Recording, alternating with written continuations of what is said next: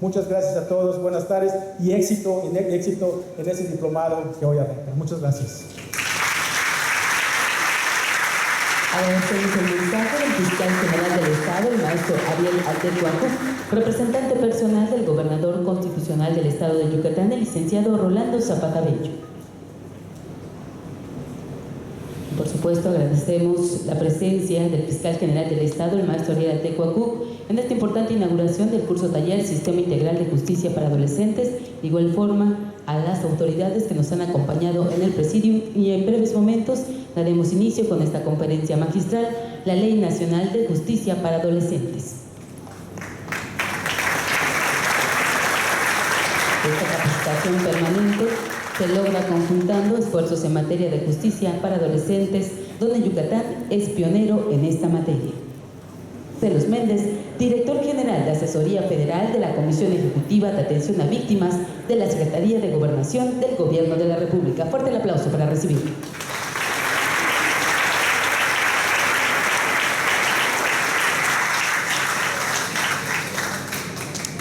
Muy buenas tardes a todos.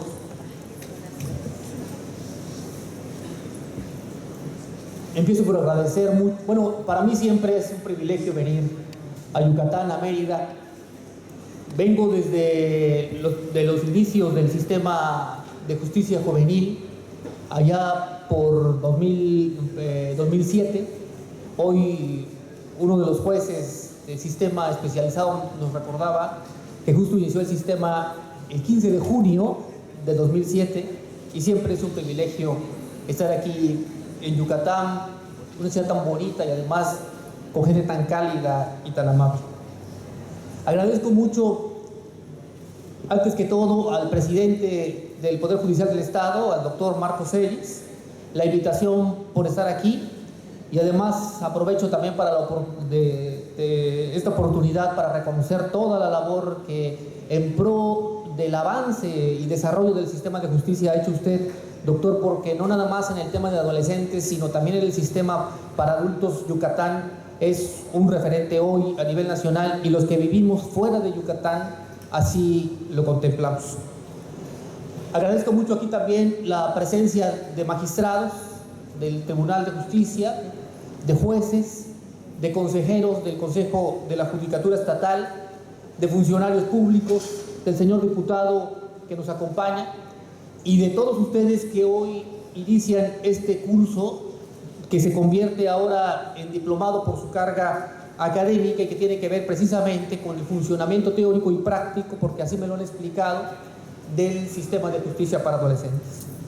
Y por supuesto, especialmente reconozco la labor y saludo con mucho afecto de mi amigo Santiago Altamirano, con quien he venido trabajando ya desde hace muchos años este tema a nivel estatal, a nivel nacional, como se dijo aquí, en muchos estados de la República y específicamente en un proyecto que elaboramos juntos en la Secretaría Técnica del Consejo de Coordinación para la Implementación de la Reforma Penal, que precisamente tuvo como objeto en su momento crear una propuesta de Ley Nacional de Justicia para Adolescentes que recogía no nada más las aportaciones de Santiago Altamirano a Yucatán, sino cómo esas aportaciones y esa experiencia acumulada por Yucatán y por supuesto por Santiago se podían traducir en el texto de la Ley Nacional de Justicia para Adolescentes.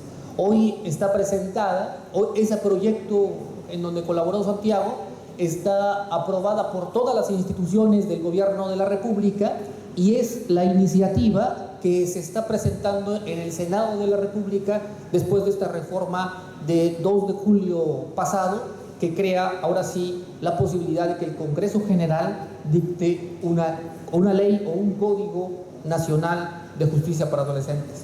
Yo me precio de la amistad de Santiago Altamirano y le reconozco mucho su labor en el esfuerzo que se realizó junto con otros jueces, magistrados de otros estados de la República para la confección de este proyecto del que les hablo.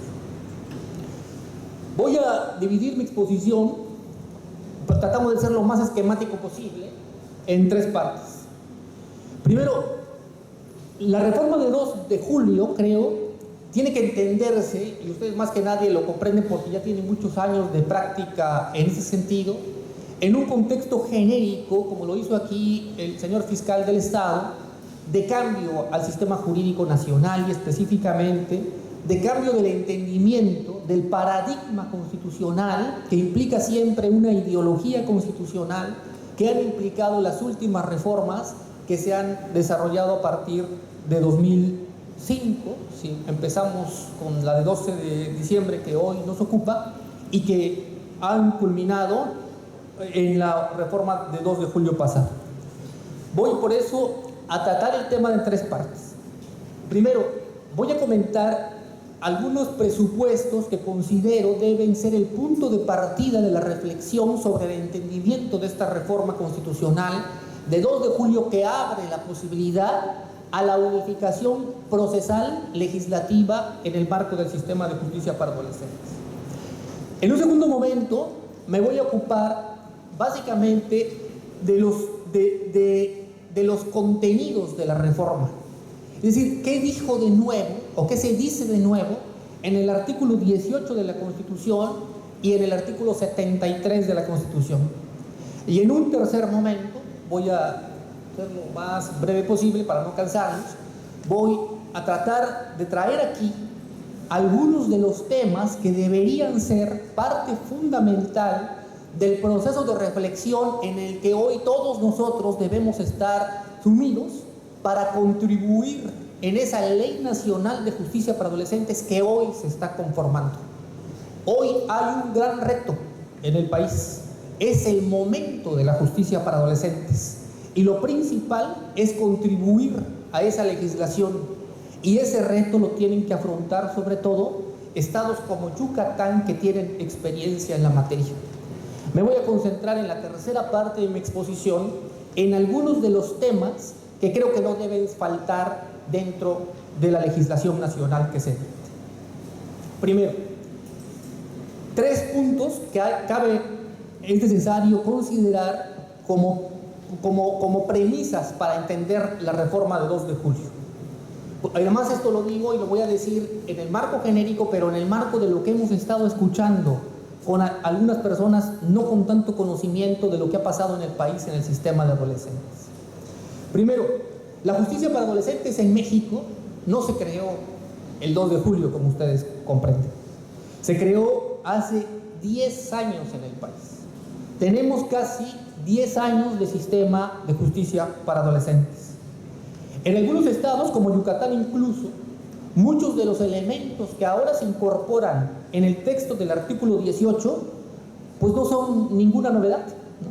Han estado vigentes aquí desde 2007 o desde 2012 en esta segunda fase del proceso de reforma que ustedes vivieron. Basta mencionar, por ejemplo, el señalamiento de que la justicia constitucional a partir de la reforma de 2 de julio pasado tendrá que darse en un marco del sistema acusatorio y oral, y ustedes ya tienen 3 años haciendo justicia para adolescentes en ese marco.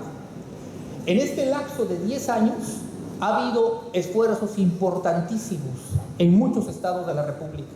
Se han dictado 41 leyes de justicia para adolescentes en este periodo de 10 años en toda la República, porque muchos estados han dictado una segunda o incluso hay un estado que dictó una tercera legislación en la materia.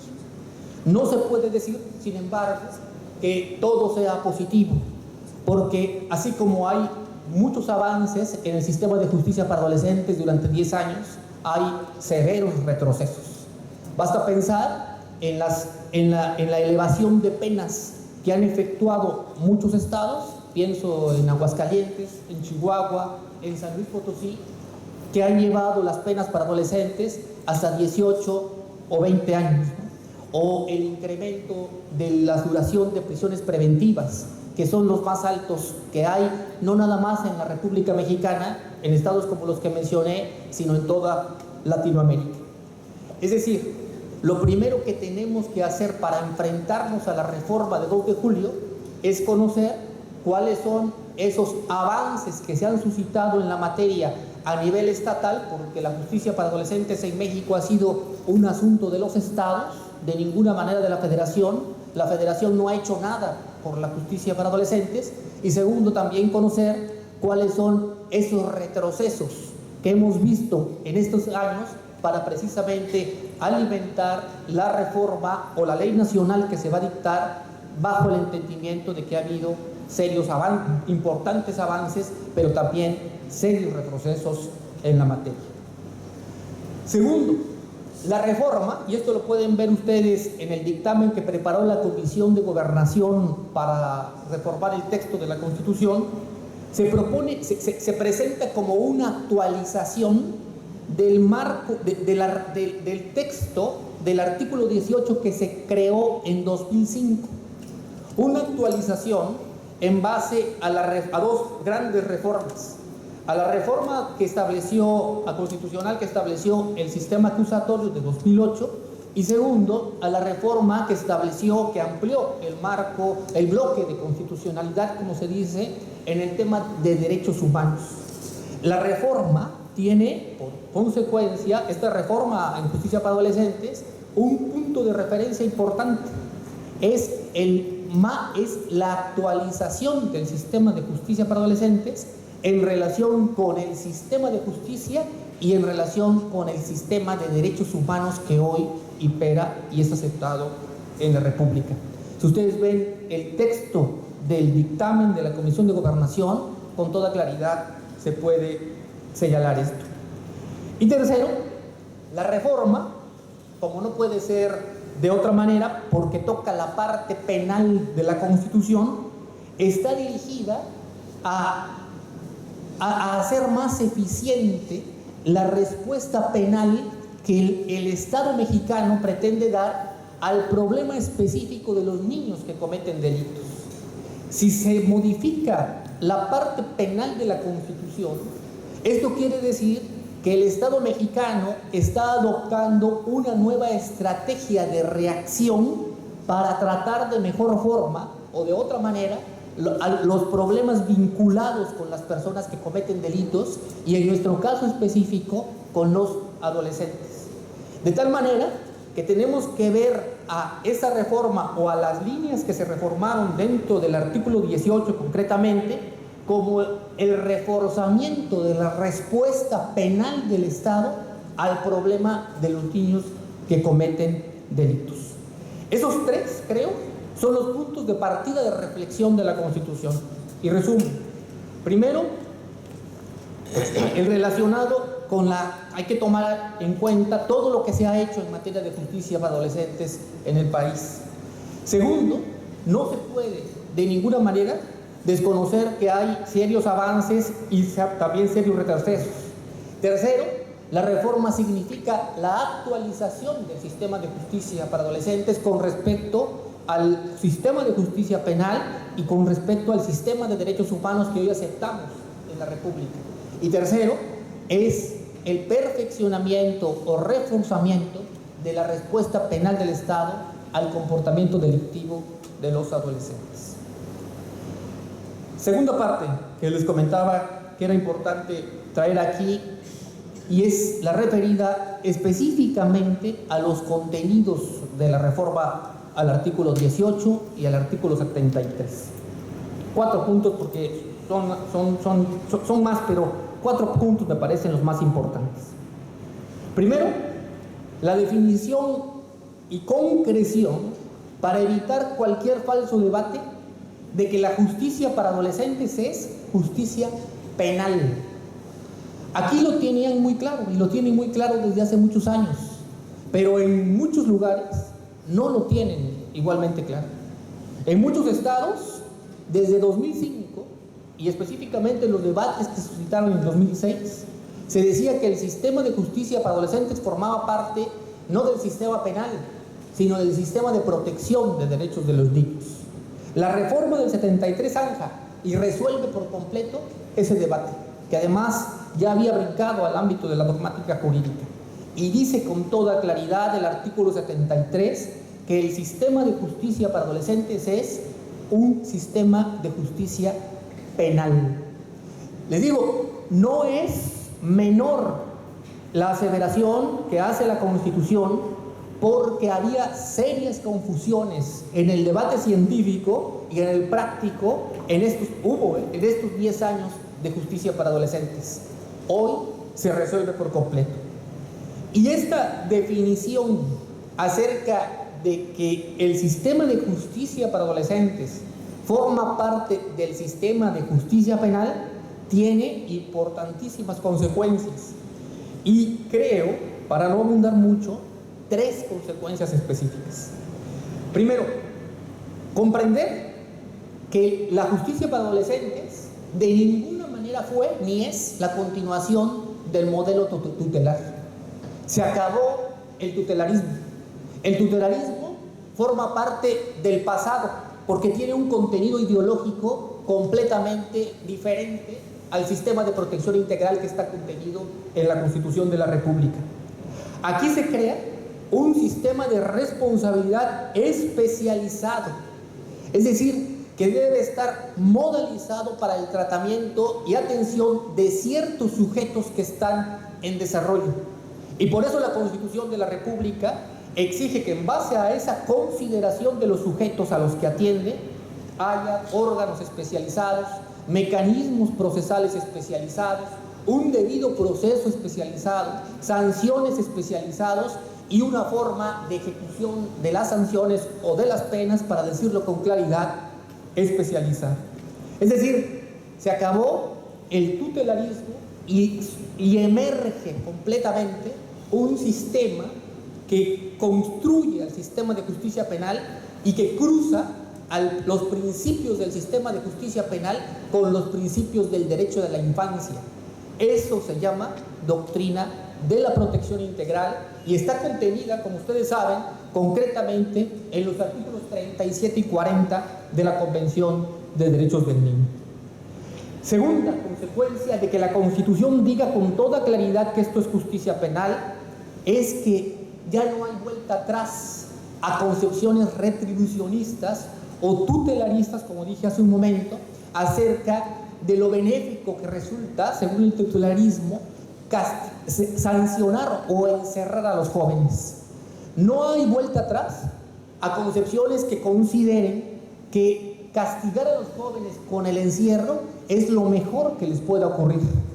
Y en ese sentido, como sostenía el tutelarismo, ustedes saben, el tutelarismo era una doctrina que sostenía que a la gente pobre, que a la gente marginada, que a la gente sin oportunidades estaba mejor encerrada, porque por lo menos encerrada en los centros de internamiento, en los consejos tutelares, tenían alimentación, tenían cama, tenían compañeros donde estudiar, ¿no? Y entonces todos los mecanismos del sistema tutelar se dirigían hacia encerrar a los jóvenes, porque encerrarlos era una forma de atenderlos y de responder a lo que ellos llamaban su interés superior. Había pues que castigarlos, ¿no? que hacer vigente la doctrina de la retribución y del tutelarismo. Esto, al consagrarse y al interpretar sistemáticamente el artículo 18 y el artículo 73, y al consagrarse que esto es un sistema de justicia penal, se elimina por completo.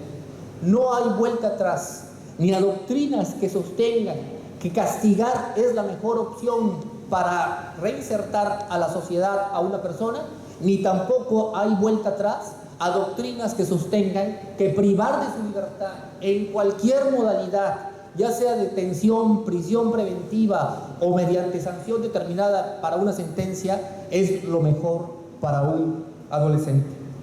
Y tercero, esto también está en relación, y vean qué importante es que la Constitución haya establecido esto en el artículo 73, con otra idea, la eliminación de que el incremento de la idea genérica que ahorita comentábamos con el señor presidente del Tribunal del Poder Judicial y con Santiago Altamirano, de que el problema de inseguridad del país se debe a que un gran número de adolescentes está siendo cooptada por la delincuencia organizada.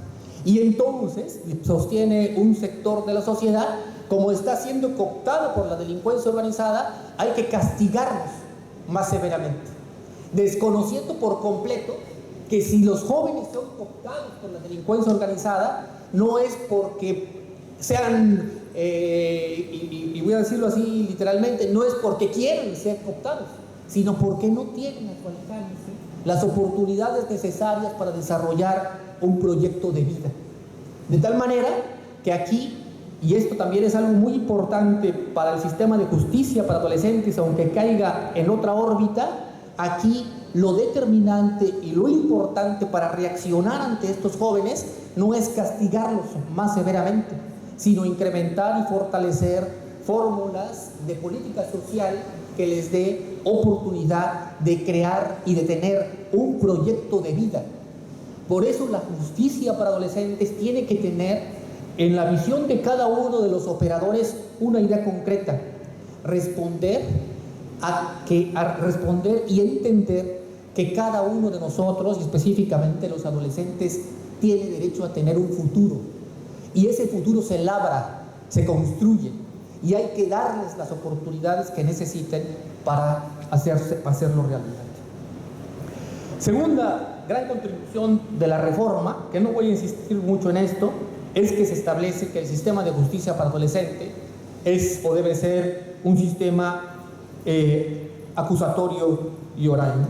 Como ustedes saben, en 2008 se dio, cuando se establece la reforma de 2008, se incrustan un paradigma ideológico nuevo dentro del sistema penal mexicano, dentro del sistema penal constitucional mexicano. Se produce la reconstitucionalización del ordenamiento, ¿no? Porque se sustituye un sistema penal por otro, y dentro de la Constitución. Y lo que es más importante, el paradigma constitucional cambia por completo y produce dos efectos básicos, ¿no? Primero, produce el efecto de ampliación de garantías para los imputados y para las víctimas. Y segundo, y en consecuencia, el paradigma conlleva también la limitación del poder del Estado para con los derechos de ambos, de imputados y víctimas. Y con ello se produce la reorganización también estructural del sistema de justicia, del que ya nos hablaba el presidente en su intervención, y se reforma por completo en su organización, en su gestión, el Poder Judicial, las Procuradurías o Fiscalías del Estado, las Defensorías Públicas, etcétera, porque se produce esa reconstitucionalización del ordenamiento hacia un sistema diferente, acusatorio y oral. Pues la misma exigencia, y ustedes más que nadie lo han vivido, impone la reforma del sistema de justicia para adolescentes. Jueces especializados, ministerios públicos especializados, defensores especializados, asesores jurídicos de víctimas especializados, órganos de ejecución de sanciones especializados, porque no cualquiera puede atender ni puede trabajar para y con los adolescentes. Y al mismo tiempo se produce también la inclusión de algo muy importante que no voy a abundar, pero que conlleva esta reforma, que son los modelos de gestión diferentes de cada una de las instituciones para responder mejor a las personas, y en específico a los adolescentes. Tercera gran contribución de la reforma: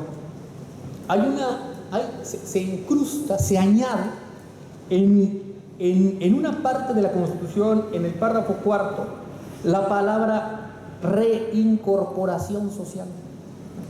Y antes se decía, las medidas estarán dirigidas a la reinserción del adolescente, y ahora se añade la reinserción y la reincorporación social del adolescente.